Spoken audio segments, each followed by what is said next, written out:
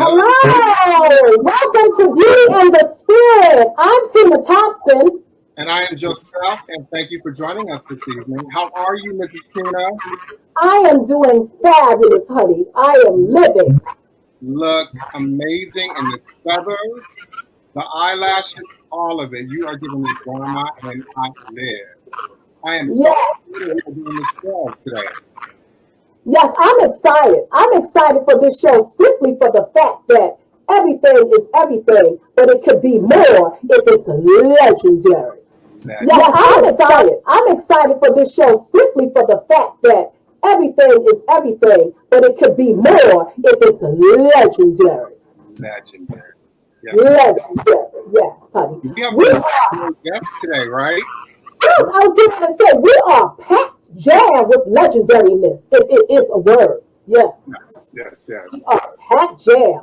This show, Beauty in the Spirit, as you know, Mr. Joseph, it is meant to inspire. It is meant to talk about the fitness of life, to empower. It is meant for inclusion. It is meant for everybody to feel as if they play a part as an artist. Am I correct? Exactly. We all have a piece of the puzzle, and we all make this world a beautiful place. Whether it's dance, whether it's theater, acting, house music, all of it, the ballroom scene, we all play a part in this new world and being the new pioneers to make a difference and people unite. That's what we need right now. Absolutely. Well, that being said, we both welcome you to this new edition, Dance in the New World. How are we approaching our audiences? Today, we have a very special show for you, as we have said, but we will be in discussion and in dialogue with some of the great minds in our artistic community. But before we bring on our legendary first special guest, we must examine a timeline of a brief history in dance.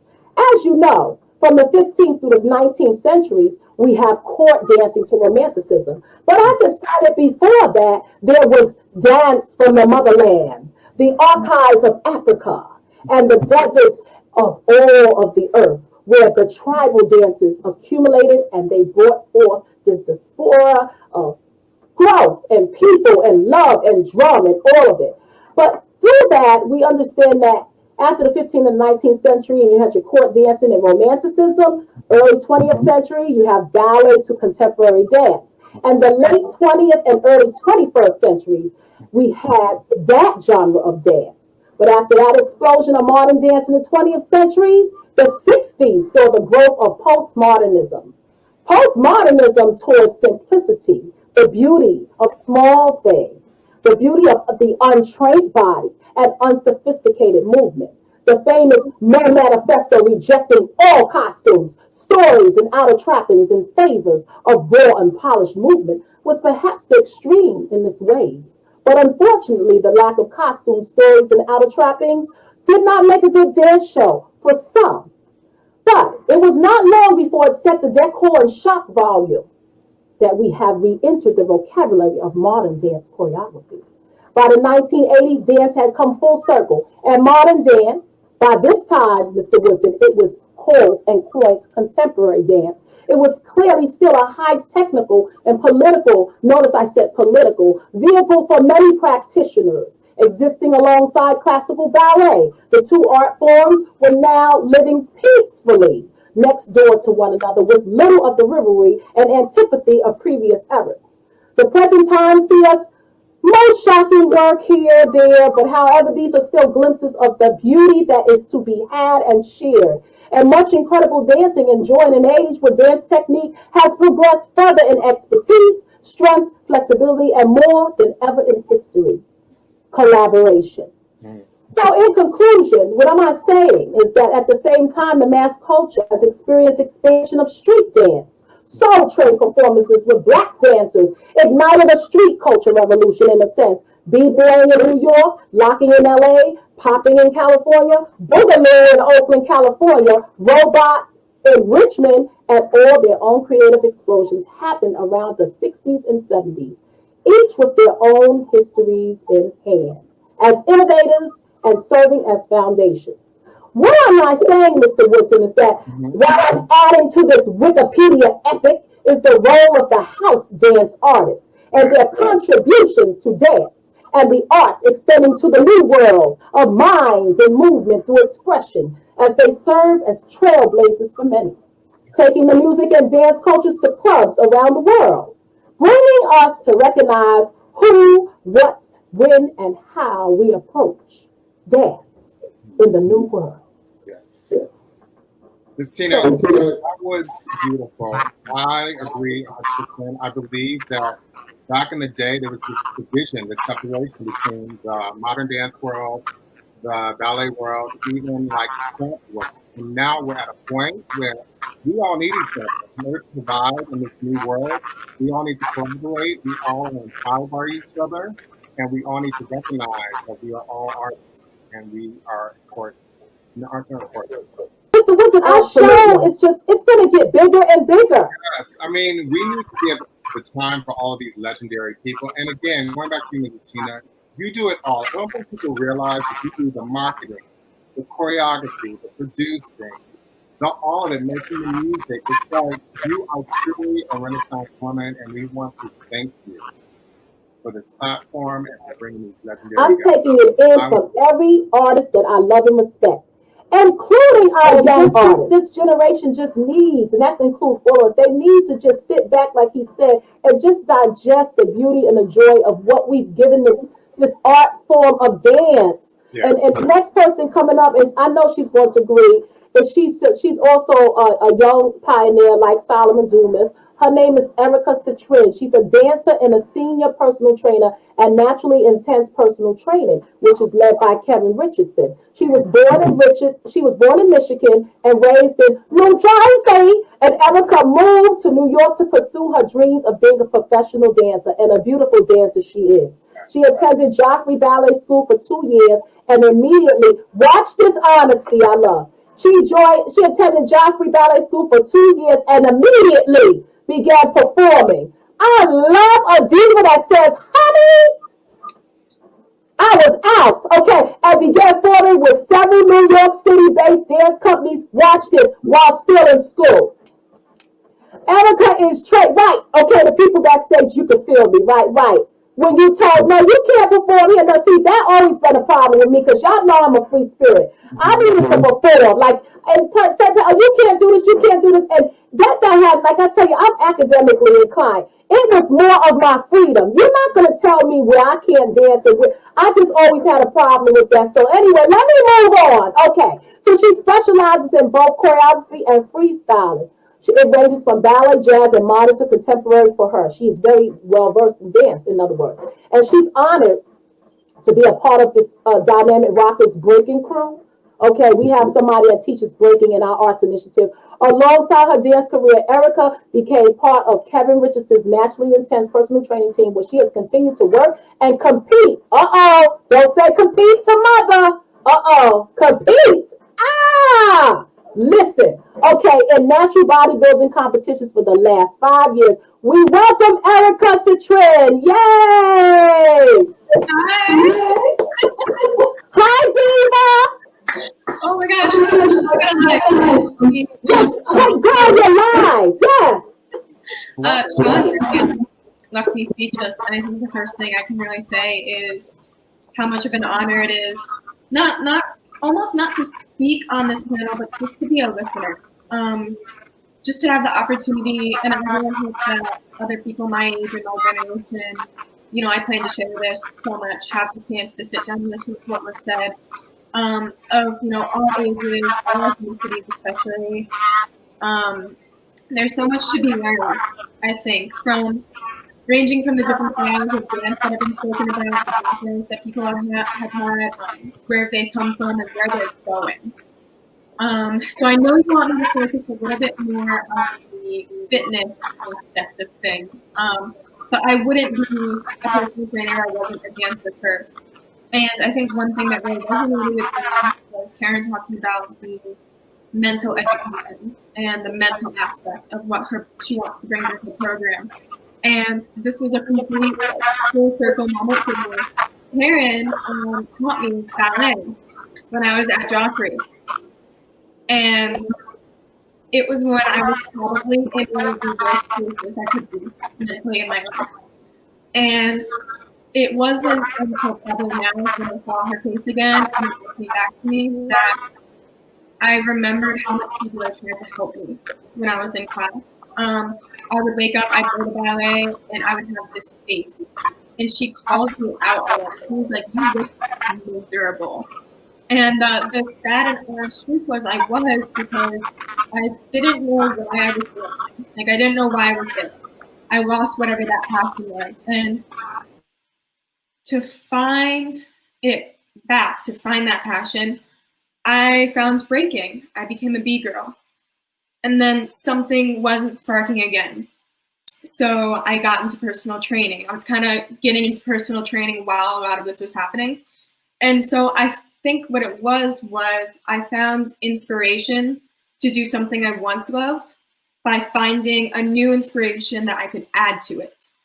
And I think as dancers, we're sometimes scolded for stepping outside of our field or stepping into a new genre within our field, rather than being encouraged to learn and take from other things with respect to that style that we're taking from. You know, being able to take from something and acknowledge that that is where it came from and not just keeping it as its own, I think is really, really important. In terms of fitness in this world, one of the most disheartening things to me was when the pandemic first started, and this happened with dancers and dance classes too, was you could go on Instagram and everything was free. And I think there's a very fine line between accessible learning, which I think is so important. There needs to be an outlet for everybody to have access to, regardless of their financial situation. I think that's so important. But it also can take away from our industry. It can take away from people trying to make money teaching dance classes or make money training people online, you know? And of course, as the pandemic progressed, you know, things died down a little bit. You know, it started becoming donation classes. I was very fortunate to do a donation-based performance with the Muse Warehouse, which is a circus warehouse in Brooklyn, which was, you know, really fantastic and successful. And I think they're still doing them. And then, you know, with our online client training service, you know, us, you know, losing clients, gaining clients, and then having some clients not continue because they didn't see the value in our service because it wasn't in person. And I hopefully didn't jump around too much in everything I'm saying, but I think my main point that I wanted to make today was for both dancers and trainers and people in any kind of artistic field is to not lose the value in your work, regardless of how people receive your work. You know, just because it's an online platform, it doesn't mean that the quality of knowledge that you're giving, the quality of expression of the performance, it doesn't reduce that, it doesn't take away from that, and it doesn't make it worth any less.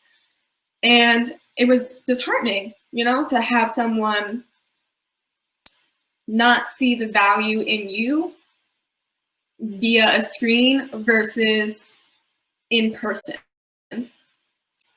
Wow, Erika. Yeah. Absolutely, wow. I just listening to you. You are such, well, I know this. You are to be a part of Kevin Richardson's team, such as myself. You are a very wise young lady. And if we have minds like yours leading us into dance in the new world and fitness in the new world, such as, you know, you're in my lane. So you're part of my quilt, you know, and a lot of people, like I said, they don't realize that, like I said in one other show, Erika, is that we're the trailblazers. I remember dance and fitness was separate. Yeah. And a lot of people, I remember the stories and I remember a lot of the dances. We won't go outside of the show, but this is very relative because everything you said was so on point for someone so young as you. Is that I remember I was rebuked by a lot of dancers by going to the workout club. They was like, "Oh, you going to do knee lifts and jumping jacks?" And they said, I'll never forget it. I was in, I'm gonna say it again. I was in a very prestigious school. And I remember leaving with my Living Well Lady jacket and a comment being made, oh, you're not in this ballet, you're going to teach, you're going to do jumping jack, and you know the shit. And lo and behold, this our Kiki Wawa Shishi. Now they have to do exercise physiology. They have to do yoga certifications. They have to do anatomy. They have to do humanities. They have to do all the things that we've already done, and we just have to recertify and get CECs and keep ourselves. But guess what? The things that they laughed at, they realize that it takes more to be a fitness professional than just jumping jacks and squats. We are very educated, and we have set the bar for those people that were dancers or movers or actors or whatever. You know, everybody's coming into the fitness field. Now I see all of them online doing classes on a mat, doing leg lifts and butt lifts. And I'm like, isn't this something, Tina Thompson? Where these people are looking at you like, what is she doing? Is she a dancer? And I'm laughing because I'm doing a dance company, Erika. After classes, I run into a dance company with like 20 or 30 people to set a new work of contemporary dance where I got to tell somebody, Sudakudipien, Assemble by two. And I'm leaving, I'm going into that from a health club where I'm going, get it up, 5, 6, 7, 8, squat, 2, 3. Right, so they're looking at it like, huh? And now they know, so I can keep moving. Now they understand. And baby girl, I want you to talk. I'm going to let you continue to finish up. All right. But I need you to know this. Like I said, I meant that. Now they understand, wow, it really takes a lot with this little fitness thing. Right, exactly. Well, they did not look at us. And then they find out you're a dancer. They're like, well, what? They're like, well, why are you doing this and you're a dancer? And lo and behold, Erika, I want you to remember this for me. The dance and fitness, that's why dance fitness is what we do. Don't ever tell people that I'm just a dancer and then you do fitness. From now on, make sure you say, I'm dance fitness. I told Mr. Woodson, some of them are dancers and some of them are fitness pros. But let me tell you this, and you, because I know how you move and your legs and your feet are, you're just beautiful. But let me tell you this, they're going to listen, because I don't want to take up too much time. Quiet as kept, a lot of them, they can't cross the two like we can. So keep that in mind. A lot of them, they have been watching me and people like me for years. And now they're trying to jump on and this is right, because I share 2 leagues, dance and fitness. And they think it's about them legs and them feet and just being a professional dancer. No, it's not, because I've seen many professional dancers teach horrible classes. Now, I don't want to get in trouble up here. Let me adjust my Now, listen. Now, even my divas in the back are like, they get it. I don't need to, because we got to move. Y'all know what I mean. That all that technique, y'all know what I mean. Because you know how people up here, how they pick and choose everything they want to pull at. So let me stay specific. Is that you go, oh, well, she's a beautiful dancer. And then you'll put them in a class format, because I've been a director for years of running health clubs and stuff. And you go, oh, hell no. You know what I'm saying? Because she thinks you can't just start out doing a developer and you have a woman that has never danced in her life in the back. She's going to look at you as a complete show off. She's like, what is going on? So you being and pointing your feet, some people quiet as kept, pointing feet, and all, y'all, you know, Erika, all this turn out, they're not even looking at that. These people are like, I need to have a good workout, and I love class with Miss Tina, or I love class. Miss Tina makes me feel good about myself. And they don't understand that is what the pioneers and the new pioneers like you are going to do. All that dance expertise you have and your beautiful feet and lines, you take them into that class. And you and your spirit, I know you from with Kevin. You train fiercely and you dance fiercely. And don't you ever apologize for having dance and fitness, because a lot of them cannot do both. And they don't want to admit it, but I have seen, okay? Because I let me move and give you your last words. Because some of these floor workouts, honey, I said, girl, this is not a professional dance school.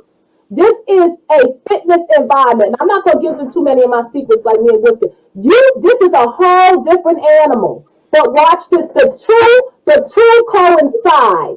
And those people who have learned to brilliantly bring a marriage to dance and fitness, it's the masterful art of creation. And that is yet what they have to do. So being a professional dancer or a professional fitness person, the dance and fitness must merge. And everybody cannot bring the two together into a marriage. So with Miss Tina, brand new on your interview, okay? Because isn't she so pretty, Mr. Woodson?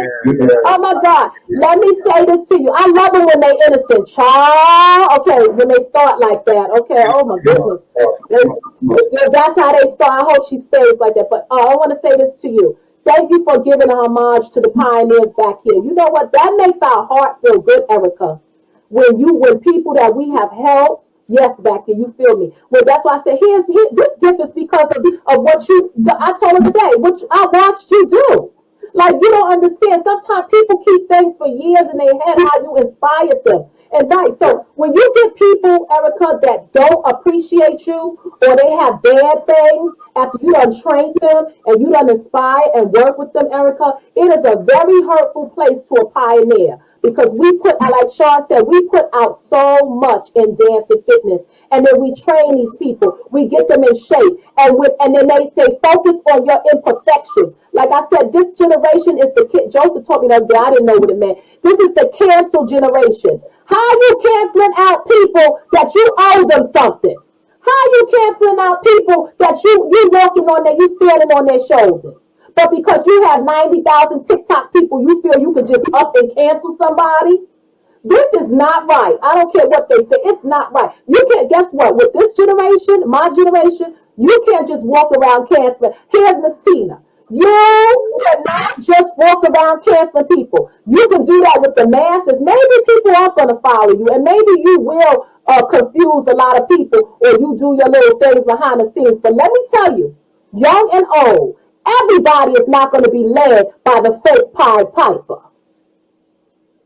Because we know that everything that goes out on social media is not always correct. It is not always the whole story. Okay, I've heard stories about great people that I trained with back, and I say no company names. And I said, wow. I said, that person was always so sweet to me. I said, wow, that person, honey, he corrected me, but I didn't take it that way. It made me better. Yes. You know, so I guess everybody has their story. They should be able to tell it. But I want you to tell us, where do you see youth and dance in the new world from your perspective? Where I see myself in dance in the new world in a very immediate answer, honestly, right now, like just right now, is teaching. I've been very fortunate to do virtual classes at some studios. And I think one of the most important things that we can do is start with the youth. I think as we've always said we should, but haven't really successfully done yet. You know, just now there's been the whole debate over, is ballet the foundation of everything? No, it's not the foundation of everything. But because I think we repeat that phrase so much, people, will be almost vocabulary, I'm losing it. Persuaded to only go towards that one style, whereas, speaking from my experience, it's because I did other styles that I'm still even dancing today. So I think taking what I've learned from you guys today, especially, there's so much that I've learned. There's so much that I still have to learn. There's something important to say is I'm going to continue learning for the rest of my life. The learning's not going to stop. It can't. I, as a person, will never be able to learn everything I possibly can in this lifetime. I can't. There's too much knowledge. But I can take what I've learned, pass it on to somebody else who will hopefully one day surpass me, and then continue to pass that on based off of what I've had the fortune to be alive to hear. And we talk about how our lives can go beyond our physical being. And I think it's important to know that our knowledge now will not die as long as we are willing to share it. And not only that, but as long as we are willing to listen. And I think I've done a lot of listening in this pandemic. That's one of the biggest things, is rather than taking the online classes and making up my own stuff, it's honestly been a trial of sitting back and learning and listening and seeing how I can then reapproach my art and reapproach the training and be more successful that way. You know, I wouldn't still be dancing if I wasn't a personal trainer. I had so many injuries when I first started training. It was horrendous. I would have been one of those dancers, you know, that was just injured left and right. But I found something to take care of myself, both physically and mentally. And I think the very last point I want to make, because I know we've taken a lot of time, is kind of rounding back to Karen. I don't regret not being able to take in the knowledge and information she was giving me then. I don't regret that. Regret is having an argument before someone passes and not being able to tell them that you love them. That to me is regret. I think it's just I wasn't ready to take in the information that she gave me then. It wasn't until later on that I could take in that information. So that information wasn't useless. It was just used at a later point in my life when I was able to absorb it and use it to its fullest potential. Wow, that's it. You are back. Listen, exhale, exhale, exhale. I'm such a promoter of mental health. That's like the biggest mental and spiritual health. That's the biggest thing I can always teach to my clients, you know. And what I learned from bodybuilding is you can be in the best physical state of your life, but if you are miserable, if you are happy, there is no point. There really is. Absolutely, Erika. And like I said before, oh my goodness, I have a saying, Mr. Woodson, like I tell you in the schools with my students. I say, if I could just wrap you up and multiply you. I tell some of my really precious, you know, all the students are precious. But y'all know the truth, okay? At the end of the day, I'm like, if I could just multiply the ones that, I guess, you know what, the ones that don't always get it that quick, they're just as equally as important. So I'll take that, you know, y'all know what I'm saying. Because they need, sometimes the ones that need more push, it actually enable us to become better teachers. But what I'm saying, the ones like you, I mean, I'm telling you, young lady, you heard what I said to Solomon earlier. Solomon had wisdom like you. Henceforth his name, Solomon. And I told him that he had early wisdom. See, you know these kids. That he had early. I tell you, my family.